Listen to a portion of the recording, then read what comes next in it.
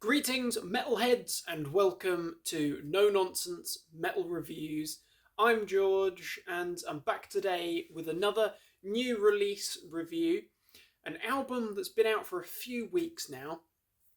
Had a little bit of time to finally get to grips with it, and actually, I'm really rather enjoying it. I'm talking about album number 3. This is the third full-length release from US death metalers Gatecreeper. Now these guys have been around for a few years now. They've got a number of releases. As I say, this is the third full-length album, but they've got a few split releases and EPs and bits and pieces elsewhere. But I have been this a funny situation with Gatecreeper because I've been intermittently kind of following them / just aware of them for a number of years. First stumbling upon them really with the split album that they did with US crossover thrashers Iron Reagan. That was many moons ago now. First album, full-length album of theirs that I picked up was actually the second album from, I think it was 2019, Deserted, which is a good album, although I haven't listened to it in a long time. Talking probably a couple of years, to be perfectly honest. It was a good album. I remember having quite a high opinion of that at the time. So when I found out that Dark Superstition, album number 3, was on the way, I was perfectly intrigued and absolutely happy to place a pre-order for that. And my first reaction, first impression of Dark Superstition is that this is a lot more melodic than I was necessarily anticipating or expecting. But that is solely an observation. That is not a criticism in any way. There's not a judgment. It is just quite a melodic death metal album. A little bit, well, to be perfectly honest, what it reminds me of quite heavily is an interesting mix of earlier In Flames and old school, good old fashioned At the Gates. Easy to say that, I know, because At the Gates, In Flames, very big, very notorious, benchmark melodic death metal bands. But what it reminds me of more than anything, due to the very fuzzy, very thick HM2 fuzzy riffs, is good old melodic, very melodic era Dismember, the Titanic Swedish death metal band. Absolute legends. Huge fan of Dismember. So things that sound a little bit like Dismember are going to probably satisfy my tastes. And certainly I can say that if you're a Dismember fan of the death metal and hate campaign era, then you're going to enjoy this. So yeah, quite a melodic death metal album, but it's not a bad thing. It's a short and sweet album as well. It's no more than 40 minutes. I think it's sort of 38, 39 minutes long, something like that. Short and sweet. We get 10 tracks in total. So it's not an overly long album by any means, but actually it's very good. It's quite an interesting album. There's no, I know it's a bit cliche to say it, but there's not really any filler.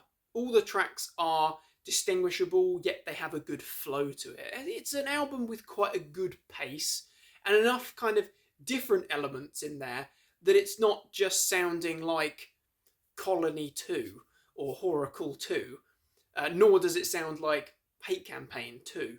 It sounds individual and original enough, but it's interesting. It does definitely keep your attention throughout. I'll just show off the back of the little booklet here where we have our lineup. So current lineup, we've got Eric and Izzy on guitars, we've got Chase on vocals, Matt on drums, and Alex on bass. So that's our lineup here. That's the individuals responsible for. The album itself does actually sound very good. I just want to see who it's produced by. So it's produced by Kurt Borlow and Gatecreeper, recorded at God City in Salem, Massachusetts, engineered by Zach Weeks. Have to admit, not familiar with the names other than Gatecreeper, obviously, but I'd say production-wise, it actually sounds really good. It does sound old school, but it sounds modern. It sounds pretty clean, but those riffs have a lovely, delightful fuzz to it. So the album sounds good. It sounds, as I say, it sounds original, sounds old school, but it sounds up to date as well. And overall, we can't criticize the musicianship here. It's all very tight. You know, they've been around for a few albums now. They've clearly come along and matured, and you know, the songwriting itself is clearly very good. That's what I'm getting at mainly. We kick off the album with Dead Star, which is a fantastic opening to the album. It sounds incredibly melodic. It's actually a pretty bold way to open up an album. It's very melodic. It's not an all-out, full-throttle death metal attack and then we sort of slow down progressively throughout the album. We start off with a pretty mid-paced, very fuzzy, chugging, stomping, old-school melodic death metal track. It's a good one, though. You know, we get big hooks. We get a big chorus. Chase as a vocalist is very good. He's got a very interesting vocal style that sounds, you know, it sounds like an old school death metal vocal style, but in a way there's almost like a bit of a, I don't know if it's just me, but it kind of brings a little bit of a Parkway Drive, Winston McCall kind of resonance to mind, and that's not even an insult, because that guy had a pretty good vocal style, I always found. Anyway, haven't listened to Parkway in a long time, but that's, for some reason, that kind of comes to mind. And also in some of the musician or some of the instrumentals as well, it does almost have a bit of a Parkway resonance. And again, that's not an insult, it's just an observation. So maybe you'll agree. Check it out and let me know. Then we've got Oblivion, another good continuation of that very melodic stuff, very Dismember rooted in my opinion. Before The Black Curtain, which is a great track, plenty of hooks there, very catchy stuff, proper headbang material, proper grooving along. One of the highlights for me is the more authentic kind of straightforward pure death metal sounding tracks, which is Masterpiece of Chaos. Track number 4 there. Huge, massive, crushing, fuzzy riffs. Great stuff. Absolutely lovely. It's going to satisfy your fans of Entrails or Ripped to Shreds.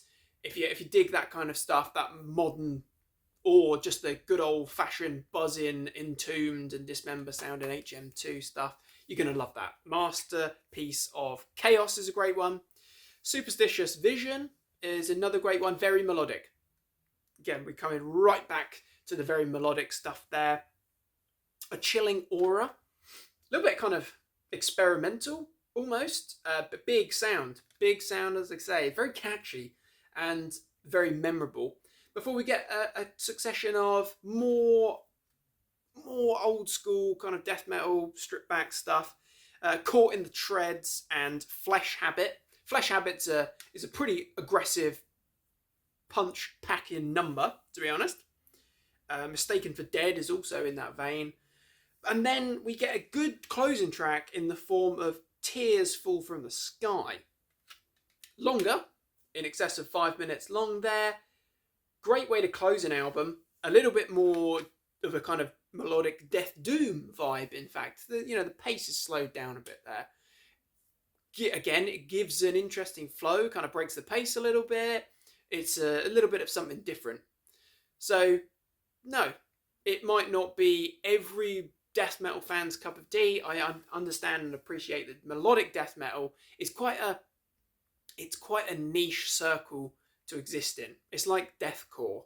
It's something where there's only so much of it that you can create. There's only so much of it, so much room to move, so much room for maneuver and experimentation. But I think what Gatecreeper have done here is really quite good, because they've clearly embraced melodic death metal.